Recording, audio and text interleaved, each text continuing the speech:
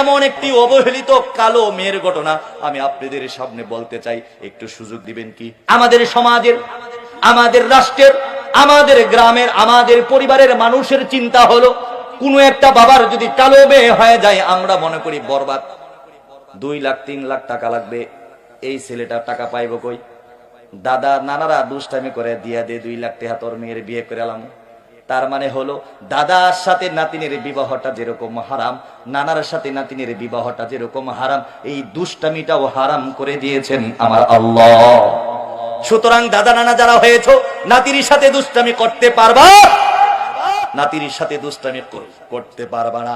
কালো মেয়ের ঘটনা আমি আপনাদেরকে বলি, আমাদের সমাজের মধ্যে যদি কোনো মেয়ে হয় আমাদের মনটা খারাপ হয়।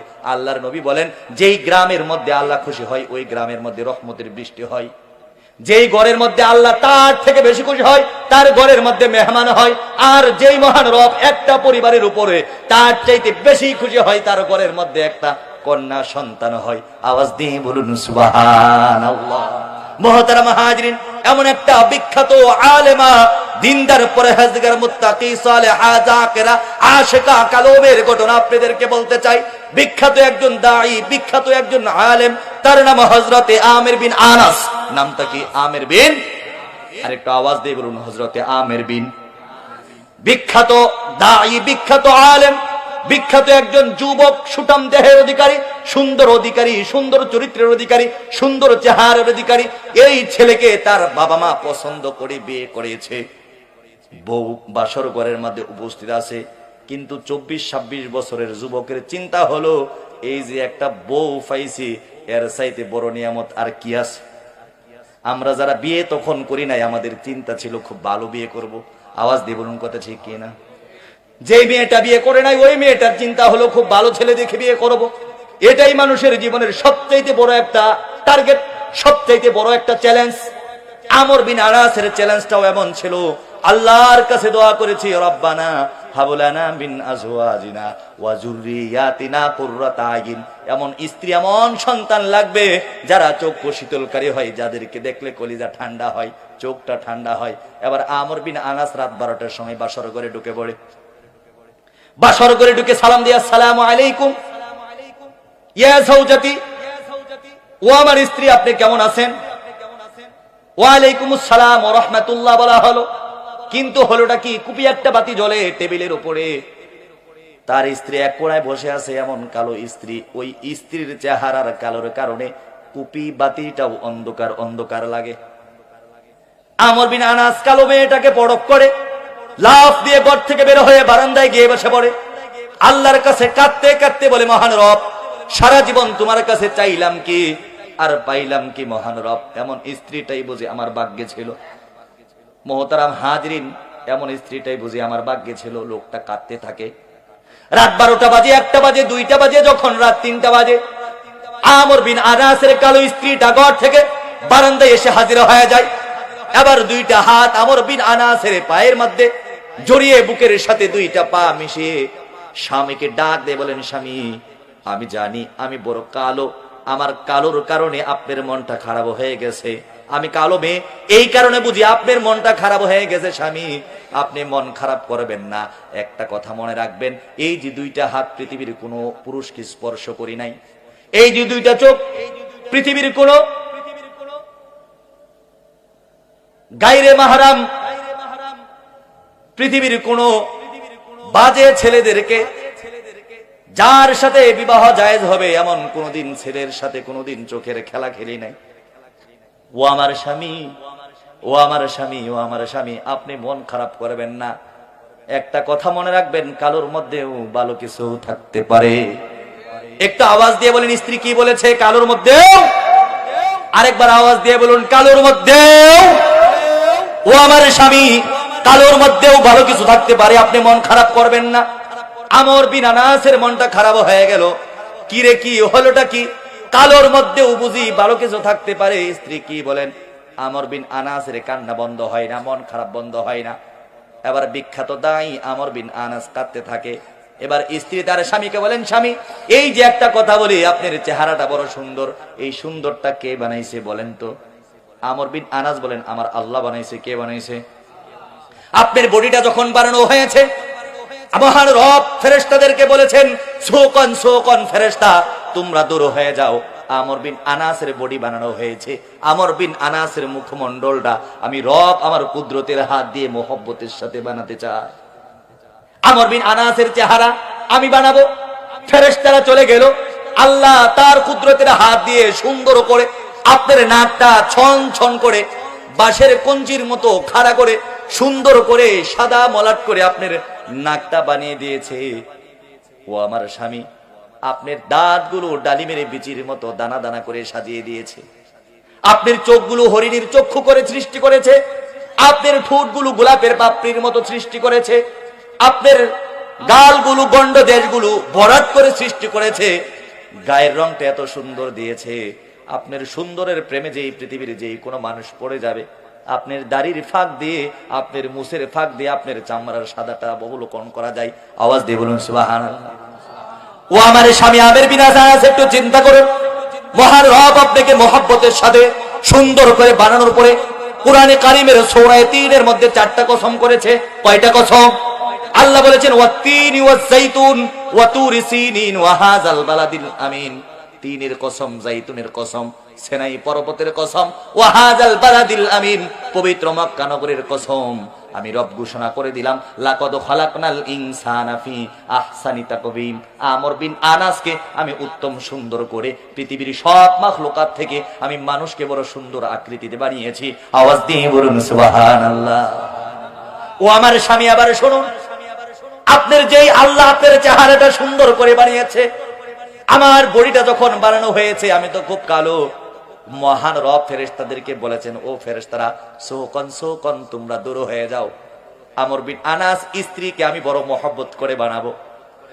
যেই মহান রব তার কুদরতের হাত দিয়ে আপনার নাকটা খুব খাড়া করে সূচের মতো করে সুরল করে আপনার নাকটা খুব ছনছনে বানিয়েছে সাদার চামড়া মলাট দিয়ে, সেই রব আমার নাকটা কালো করে বানিয়েছে, মোটা করে বানিয়েছে।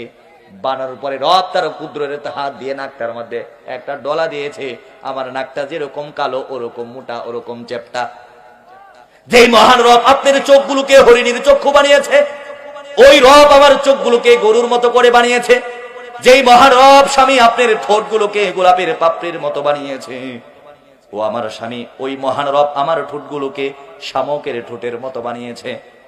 ও আমার স্বামী, যেই রব আপনার দাঁতগুলোকে ডালিমের বিচির মতো সুন্দর করে বানিয়েছে, সেই রব আমার দাঁতগুলোকে কুদালের মতো বড় করে বানিয়েছে।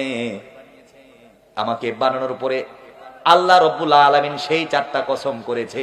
আপনাকে বানানোর উপরে মহান রব যেই কসমগুলো করেছে, আল্লাহ বলেছেন ওয়াত-তিনি ওয়াজ-যাইতুনি ওয়া তুরি সিনিন ওয়া হাযাল বালাদিল আমিন।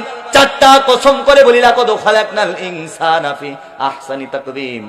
মানুষকে সুন্দর করে আমর বিন আনাসের স্ত্রীকে আমি পৃথিবীর সমস্ত সৃষ্টিজীবের শ্রেষ্ঠ করে বানিয়েছি। আওয়াজ দিয়ে বলুন সুবহানাল্লাহ। এই ওয়াজটা শোনার পরে আমর বিন আনাসের মনটা নরম হয়ে গেল। কি রে, কি আমার বউ তো সাধারণ কোনো বউ না। বুঝে নাকি বুঝে না? আমার স্ত্রী বুঝে। ও যুবক যুবতী, যখন যুবক যুবতী একত্রিত হয়, আল্লাহ রাব্বুল আলামিন বলেন ওয়ালা তাকরাবুজ জিনা ইন্নাহু কানা ফাহিশা। জিনার দ্বারের কাছেও যাবা না। যুবক যুবতী একসাথে হবা না, স্বামী স্ত্রী একসাথে হবা।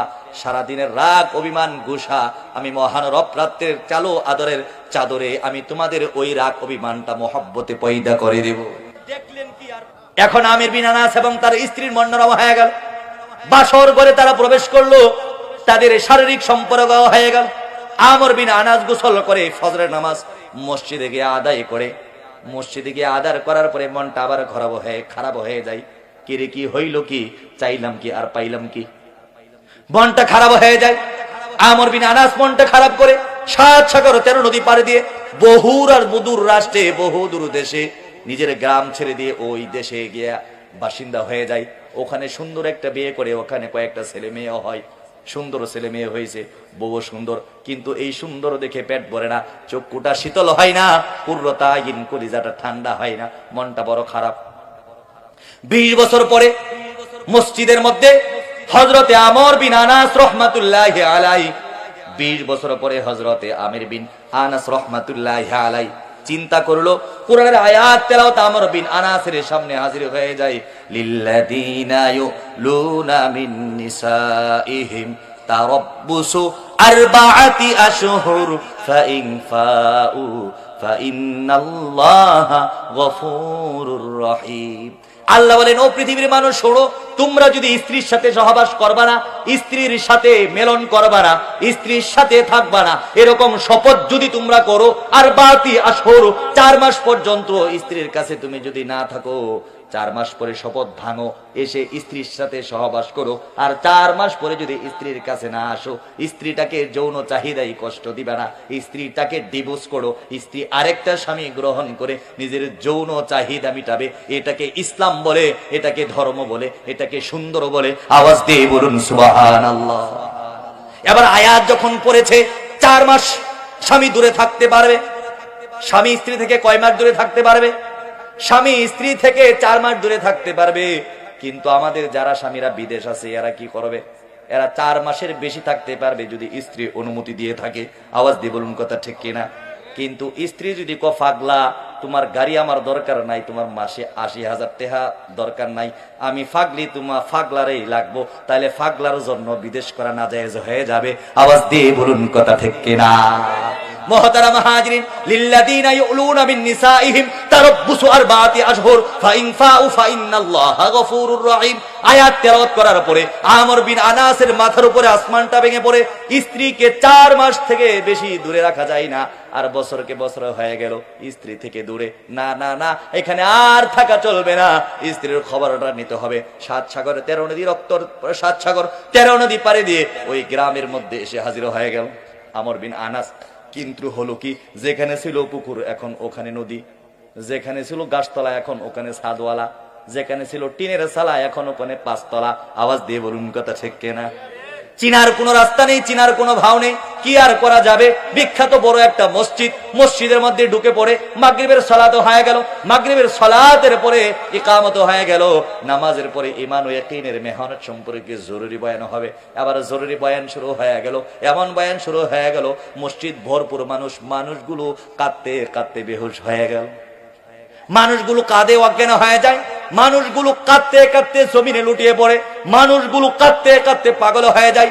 মাত্র যেই ছেলেটা বয়ান করে এত সুন্দর কোরআনের জজবা, কোরআনের আয়াত, হাদিসের তাফসিরে হাদিসের, কোরআনের তাফসিরে হাদিসের ব্যাখ্যা বলে, পৃথিবীর কোন ছেলে কোন আলেম বলতে পারে না। আমর বিন আনাসের মনটা খারাপ হয়ে গেল। কি রে কি, যুবক ছেলে মাত্র 18-19 বছর বয়স, এত সুন্দর আলোচনা করে, এত সুন্দর বক্তৃতা করে, আমি তো বড় আলেম, কিন্তু আজকে বড় লজ্জা হয়, এমন ছেলে আমার ঘরে হলো না। এই ছেলেটাকে কোন বাবা জন্ম দিল, কোন মা পেটে ধরলো, যদি একটু জানতে পারতাম। আওয়াজ দিয়ে বলুন সুবহানাল্লাহ। এখন সবাই বয়ান শুনে, উনি নিজেও একজন বড় আলেম, ঠিক না? আলেমে আলেম চিনে নাকি চিনে না? চিনে না। এখন চিনার জন্য পাশের এক মুরব্বীর একটা গুঁতো দিছে। গুঁতো বোঝেন? এই আঙ্গুল দিয়ে পেটের মধ্যে একটা মুরব্বী রাগে, কোন জায়গা থেকে ওয়াজ শুনতাছি, ওয়াজের মধ্যে গুঁতো দিলাকে গোকাগা ফুলাটার কার? কমিয়া জঙ্গল থেকে আইছো, ফুলাটাকার ওয়াজের মধ্যে ফুলাকার, এটা তুমি জিজ্ঞাসা করতে না, ওয়াজ শুনতে আইছো 30 কিলোমিটার দূর থেকে বয়ান শুনতে আইছি, তুমি কো ফুলাটাকার? এবার আমার বিনা আনা চিন্তা করলো, কিরি বিপদে পড়লাম। ফুলা ঢাকার জিজ্ঞেস করলে চে থেকে আরেক মুরব্বীরা ধাক্কা দিছে, মুরব্বী দিছে এক কোনি, কোন জায়গা থেকে এসো জঙ্গল, ওয়াজ শুনতে আইছো, ওয়াজ শুনতে আইসা জিজ্ঞেস করো ফুলাকার? এরম পোলামে তোমার হইব নাকি মিয়া? 40 কিলোমিটার দূর থেকে আইছি ওয়াজ শুনতে। সামনে এক যুবক এরা কোমরে ধরে ধাক্কা দেয়, যুবক মানুষ, হাতি পিছন থেকে লাথি দিল, টের পারে, ধাক্কায় টেরই পাই না। অনেকক্ষণ পরে যখন টের পাইছে, চোখ দুইটা বড় বড় করে দিয়ে তাকাইছে। এখন আমির বিন আনাস কোন বিপদে পড়লাম বাবা, থাক থাক বাবা থাকুক, টেনশন করো না বাবা। যখন বয়ান শেষ, এবার আমির বিন আনাস রাহমাতুল্লাহ চিৎকার দিয়ে বলেন, চাচা 1.5 ঘন্টা 2 ঘন্টা বয়ান হলো, ছেলের নাম, ছেলের বাবার নাম জিজ্ঞেস করলাম, একবার বললেন না। কাকা দয়া করে একবার বলুন, আমি মুসাফির মানুষ, বহু দূর থেকে আসছি, ছেলেটাকে আমি আসলেই চিনি না। চাচা বলেন, বাবা ছেলেটাকে তুমি চিনো না? এই ছেলেটা সাধারণ কোন ছেলে না, এই ছেলেটা বিখ্যাত আলেম, বিখ্যাত দাঈ হযরতে ইমাম মালিক রাহমাতুল্লাহি আলাইহি, যার নাম, আওয়াজ দিয়ে বলুন সুবহানাল্লাহ, মিয়াটি ইমাম মালিক 9 বছর বয়সে হাদিস মুখস্থ শুরু করেছে, 18 বছর বয়সে হাদিসের কিতাব লিখেছে, 100 লক্ষ 2 লক্ষ হাদিস মুখস্থ করে হাদিসে হাফেজ হয়েছে তিনি ইমাম মালিক। আওয়াজ দিয়ে বলুন সুবহানাল্লাহ। সাধারণ কোন ছেলেরা, ছেলে নাম জিজ্ঞেস করো, এটা মালিক। এবার বলেন চাচা, আর একটু বিরক্ত করতে চাই, আমার সারা জীবনের স্বপ্ন ছিল যে এমন একটা ছেলে হয়, ভালো একটা বউ পাই। স্বপ্ন চাচা পূরণ হয় নাই। একটু ছেলের বাপের নামটা যদি বলতেন খুশি হতাম। মুরব্বি বলেন, কাকা তুমি কোন জায়গা থেকে আইছো, বাপের নাম দিয়ে কি করবা? কয়েকটু দরকার, আমার গ্রামের যেহেতু এর বাবা, তাহলে আমার সমবয়সী তো হবে, একটু যদি বলতেন আমি তো চিনতাম। আমি জানি এটা কোনো আলেমের ছেলে ছাড়া হতে পারে না, বড় একজন আলেমের সন্তান হবে। এবার মুরব্বি চাচা ডাক দিয়ে বলেন, তুমি কোন পাগল আমি জানি না, কোন দরবেশ তুমি আমি জানি না, কিন্তু তোমার চেহারা দেখে মনে হয় তুমি আলেম। চেহারার মধ্যে নূর আছে, চেহারাটা বড় সুন্দর, বড় মায়াবী চেহারা তোমার। কিন্তু বাবা শোনো, এই ছেলেটার বাবা তোমার মতো কোনো পাগল, কোনো দরবেশ নয়। এই ছেলেটার বাবা বিখ্যাত একজন আলেম ছিলেন, যার নাম ছিল হযরতে আমির বিন আনাস রাহমাতুল্লাহি আলাইহি। সুবহানাল্লাহ। আমির বিন আনাস কইতেছে, কি নাম কইলেন? আমির বিন আনাস। কি কইলেন কাকা? কারি মেয়ের বাপের নাম আমির বিন আনাস। দুই চাচারে দুই দিক দিয়ে ধাক্কা দিয়া ফালাই দিয়া কইতেছে, আপনি যান, পোলার সাথে আমার কথা আছে। পোলাটা কার? তারই তো পোলা, বুঝেন না? পোলা কার? তারই তো পোলা। এবার পোলার কাছে গিয়ে হাজির হয়ে যায়, ছেলেকে সালাম দিয়ে মুসাফা করে বুকের সাথে টেনে ধরে এমন শক্ত করে চাপ দেয়, ছেলেটা কেঁদে ওঠে, বাবা কেঁদে ওঠে। ভিজা দুইটা ঠোঁট দিয়ে ছেলের কপালের মধ্যে চুমু দিয়ে বলেন, বাবা, ও বাবা, তোমার নাম কি আমাকে একটু বলো। ছেলেটা বলেন, কাকা, আমার বাবা নাই, মায়ের আদরে আমি বড় হয়েছি। পৃথিবীর কোন মানুষ আমাকে বুকের সাথে এত শক্ত করে জড়ে ধরে নাই। কাকা, মানুষ আমাকে মোহাব্বত করে, মুসাফা করে, মুআনাকা করে, বুকের হাড্ডিসাগুলো আমার ভেঙে যাচ্ছে, দয়া করে আমাকে ছেড়ে দেন। আমির বিন আনাস বলে, বাবা, তোমাকে বহুদিন পরে পেয়েছি, একটু শক্ত করে জোরে ধরতে দাও। ছেলেটা বলেন, কাকা দুষ্টুমি করবেন না, আমি মরে যাব। ছেলেটা কেটে ওঠে, আমির বিন আনাস কেঁদে ওঠে। আবার বলেন, বাবা, তোমার নামটা একটু বলো। ও কাকা, আমার নাম তো আমির বিন আনা, আমার নাম তো ইমাম মালিক। ও বাবা, তোমার বাবার নামটা যদি একটু বলতা। আমার বাবার নাম দিয়ে কি করবেন? আমার বাবা আপনার মতো দরবেশ না, আপনার মতো সাধারণ কোন লোক না। আমার বাবা বিখ্যাত একজন আলেম, হযরতে আমির বিন আনাস রাহমাতুল্লাহি আলাইহি। আমির বিন আনাস, আমার বাবার নাম দিয়ে আপনি কি করবেন, কি জিজ্ঞেস করবেন? ও মুসলমান, আমির বিন আনাসকেই বলে আমার বাপ আপনার মতো না, আমার বাপ আমির বিন আনাস। এবার আমির বিন আনাস চিন্তা করে, কি রে, পোলা তো আমার, এত সুন্দর পোলা পায়া জীবনটা বুঝি ধন্য, এটাকেই বলি কুররাত আইন, সন্তান বলে। আওয়াজ দিয়ে বলুন কথা ঠিক কিনা? এবার বলেন, বাবা, তোমার কাছে অনুরোধ করে বলি, তোমার বাবা যদি ফিরে আসে তুমি কি গ্রহণ করবানি? ও কাকা, কি বলেন? আমার মা বলেছে আমার বাবা ইসলাম প্রচারের জন্য, দিন প্রচারের জন্য, ব্যবসার জন্য ঘর থেকে বের হয়ে গিয়েছে। কিন্তু আমাদের বউয়েরা যদি হতো, তাহলে বলতো, তোর বাপ যে গেছে 20 বছর ধরে, কোনো খবর নাই বিদেশ, বাড়ির মধ্যে আসুক, জাডাস হয়ে দিবি কপালে। আওয়াজ দিয়ে বলুন কথা ঠিক না? এই জন্য তো বলি, গাছ বালা তার গোটা বালা, গাই বালা তার গে, বাপ বালা তার বেটা বালা, মা বালা তার ঝি। আওয়াজ দিয়ে বলুন কথা ঠিক না? আবার হযরতে আমির বিন আনাসকে বলেন, কাকা শুনেন, আমার বাবা যদি জীবিত থাকে, আল্লাহর নবী হাদিসের মধ্যে বলেছেন, হুমা জান্নাতুকা ওয়া নারুকা, তোমার বাবা তোমার মা তোমার জান্নাত, তোমার বাবা তোমার মা তোমার জাহান্নাম। কাকা, আমি বাবার কাছে রিজিক চাই না, খাবার চাই না, আল্লাহর কাছে দোয়া করি, আমার বাবা যদি ফেরত আসে, বাবার পা গুলো টিপে আমি জান্নাত পেতে চাই। আওয়াজ দিয়ে বলুন সুবহানাল্লাহ। আর কাকা, আরেকটা কথা শুনুন, নামাজ পড়ে আমি দোয়া করি, মহান রব, আমার বাবা যদি ইন্তেকাল করে, আমার বাবার কবরটাকে আবু বকরের কবরের সাথে, রহমতের দরজার সাথে একাকার করে দিও। আওয়াজ দিয়ে বলুন সুবহানাল্লাহ।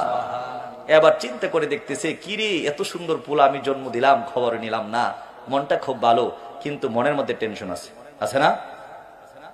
আছে না? টেনশনটা কি? পোলা মানছে, পোলার মা মানে কিনা। এবার কইতেছে, বাবা মালিক, আচ্ছা তোমার আব্বা যদি ফেরত আসে তোমার মা মানবনি? কমিয়া চাচা কতক্ষণ ধরে খালি আপনি বের বের বের বের করতেছেন, আমার মা মানবো না কিনা, আমার কি দরকার? ভালো আছেন এমনি ভালো থাকেন, মা লয়ে কিন্তু কথা কইবেন না। মা লয়ে কথা বললে আমাদের কষ্ট লাগে, ঠিক না? পোলাইবান যারা আছে মা নিয়ে বললেই মেজাজ খারাপ হয়। ছোটবেলা আমাদের চাচারা দুষ্টামি করে বলতো, বাপের নাম বাদ দিয়া ফের নাম মিশাই দিয়ে বলতো আমার ভোলা, অমুকের ভোলা, তমুকের ভোলা। মনটা খারাপ হতো, ঢেল ইট যা পাইতাম পাটকেল মাথার মধ্যে মিলে দিতাম। আওয়াজ দিয়ে বলুন কথা ঠিক। যখন মায়ের কথা বলছে চেয়ারে আরে চেতে গেছে, এই মিয়া মায়ের নাম নেন কে কাকা? কো বেড়া আর কাকা ডাইকো না বেড়া। কই কাকা, আপনি কাকা লাগেন না তো কি রাখবো? আপনি বাপের সমান বয়স দেখে তো কাকা ডাকছি, বয়স আর একটু কম থাকলে তো ভাই ডাকতাম। তো কাকা ডাকলে মনটা বড় খারাপ হয়ে যায়, ঠিক না?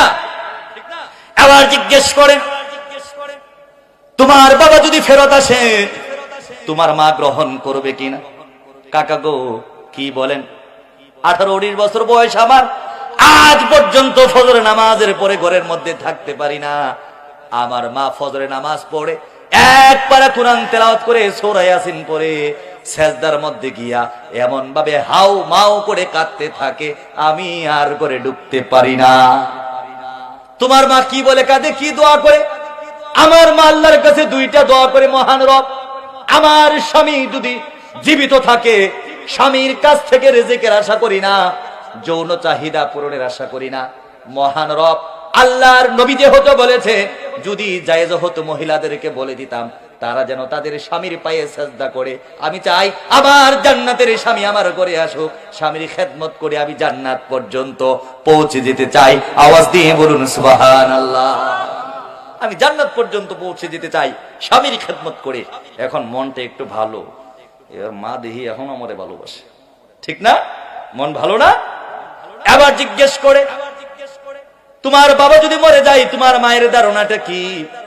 কাকা গো আমার মা আল্লাহর কাছে দোয়া করে, মহান রব আমার স্বামী যদি ইন্তেকাল করে কিয়ামতের কঠিন মুহূর্তে যেদিন সিংহা ফু দেওয়ার পরে তুমি রব ঘোষণা করে দিবা কুম্বি ইজনিল্লাহ, সব মানুষগুলো যেদিন হাসরের ময়দানে দাঁড়িয়ে যাবে, মহান রব আমি সেদিন দাঁড়াবো না, আমাকে তুমি দাঁড় করাবা ফেরেশতার মাধ্যমে, জান্নাতের রেশমি কাপড় দ্বারা আমার চোখটা বন্ধ করে দিবা। আমার স্বামী কানামাছি বউ খেলতে খেলতে আমার চোখের কাপড়টা সরিয়ে দিবে। আমার স্বামীকে আমি পৃথিবীর দুইটা চোখ দিয়ে জান্নাতের স্বামীটা দেখে এরপরে হাসরের ময়দানটা দেখবো। মহান রব আমার স্বামীকে না দেখাইয়া আমাকে হাসরের ময়দান দেখায়ও না। আওয়াজ দিয়ে বলুন সুবহানাল্লাহ। এখন তো চিন্তা করতেছে বারপোস্ট এটাও খালি ওইটাও খালি, বিপক্ষ দলটাই খালি বলটা শর্ট দিলেই গোল। এখন কইতেছে আব্বা আমারে তোমার বাড়িতে নিয়ে চলো। কোসা কি শুরু করছেন? 2 ঘন্টা ধরে খালি বের বের বের বের করতেছেন, এখন কোন বাড়িতে যাবেন? বাড়িতে নেওয়া যাইব না, বাড়িতে যাই কি করবেন? ও বলতেছে মিয়া তুমি বুঝো না, তুমি আলেম মানুষ আমিও আলেম, মেহমানের 3 দিন মেহমানদারিত্ব করতে হয়। কয়দিন? 3 দিন মেহমানদারিত্ব করতে হয়। মেহমানদারি করা লাগবে না, 3 দিন খাওয়াইতে হবে, বাড়িতে নিয়ে চলো।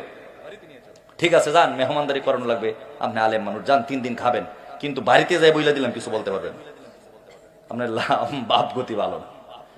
বাড়িতে নেওয়া হলো, সন্তানকে ডাক দিয়ে বলেন বাবা মালিক তোমাকে আরেকটা কথা বলি বাবা, এটাই লাস্ট। আপনি কি শুরু করছেন? তোমার আম্মারে যাই আমার সালামটা দিবা। চুপ।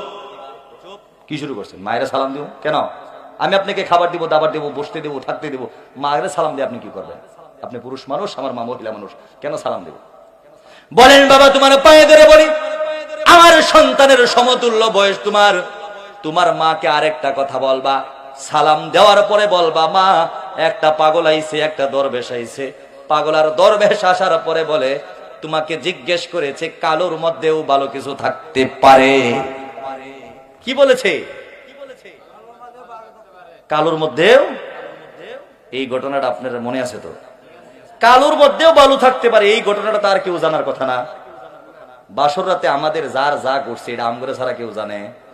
এটা জানানো বাসর রাতে স্ত্রীর সাথে কি হয় এটা আরেক মুসলমানকে জানানো কবিরা গুনাহ। স্ত্রীর কোনো গোপন সম্পর্ক যাকে বলা হবে এটা কবিরা গুনাহ হবে। বুঝতে পেরেছেন? কোনোভাবেই কোনো বন্ধু বান্ধব কাউকে বলা যাবে না, এটা ইসলাম কড়াকড়ি ভাবে নিষেধ করেছেন। রাসূল বলেছেন তাদের শাস্তি হবে জাহান্নামে যারা স্বামী স্ত্রীর গোপন কথাগুলো আরেকজনকে বলে বেড়াবে। মুহতারামা হাজরিন, এই যে চাচা মুরব্বি মানুষ বিয়ে করছে, 30 বছর হলো বিয়ে করছে, বিয়ের 2 দিন পরে হাল চাষ করে বাড়িতে গেছে, বউ করে নাই। বউ কই গেছে? রাত 8টার সময় খবরের পরে আরেকজনের ঘরের মধ্যে আলিফ লাইলা দেখে। বউটারে ধরে আইন না চুলটার মধ্যে ধরে চাচা দুইটা বাড়ি দিছে, এখনো কোমরের মধ্যে দাগ আছে। ফুলারে কত রাব্বার আগে যে রাগ আছিল, আমার দুইটা মাইট দিছিল, টিভি দেখছিলাম, এখনো দাগ আছে। ফুলাই কো বাদ যাও আম্মা, কে মাইট দিছে? আমি দেখছি মাইট যে দিছে, এটা ফুলা কিছু বুঝে? কালোর মধ্যে ভালো কিছু আছে, এটা ফুলা তো কল্পনাও করতে পারে না। কল্পনা করতে পারে?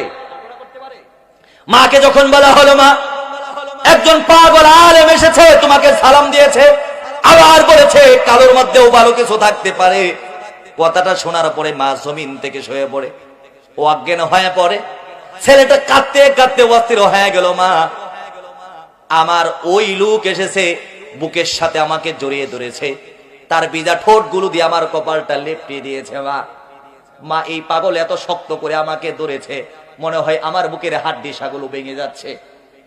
মা, পাগল আমাকে এত কষ্ট দিয়েছে, পাগল বেত বুকের সাথে আমাকে শক্ত করে জড়িয়ে ধরেছে। সন্ধ্যা থেকে আমার পিছু নিয়েছে, রাত 10টা 11টা বাজে।